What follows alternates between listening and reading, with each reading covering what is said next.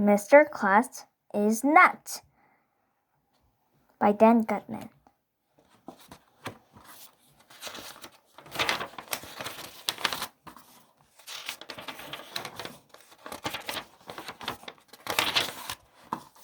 Chapter 1. The Flying Principal. "Watch out!" somebody screamed. Mr. Klutz, the principal of my school, was tearing down the sidewalk on a skateboard. It was early morning, just before the school bell was about to ring. Mr. Klutz must have built up too much speed coming down the hill. He was weaving in and around the kids and their parents, totally out of control.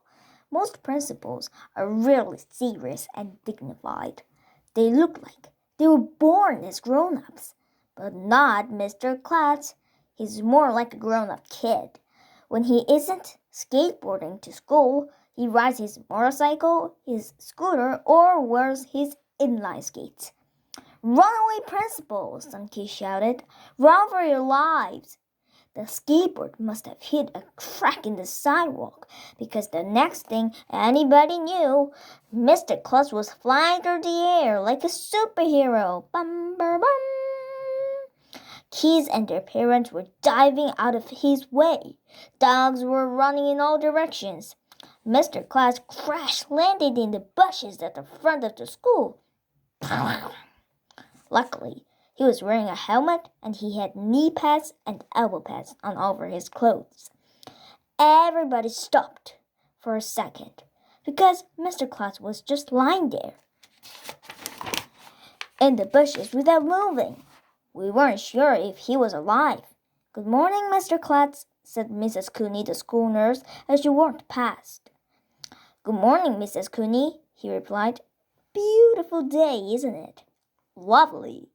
Then Mr. Klutz got up, brushed himself off, and walked up the front steps like it was totally normal for a principal to skateboard to school and crash headfirst into the bushes. Mr. Klutz is nuts. Chapter 2. Big Trouble. "That's the last straw, AJ," my teacher, Miss Daisy, told me. "I want you to go to the principal's office." "I didn't do anything," I protested.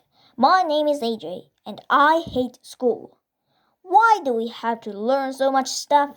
If you ask me, by the time you get to second grade, you already know enough stuff to last you a lifetime. School is way overrated. My mom says that all 8-year-old boys have to go to school, so I guess there's nothing I can do about it. But when I grow up, I'm going to be a professional hockey player. You don't have to know how to read or write or do math to shoot a puck into a net."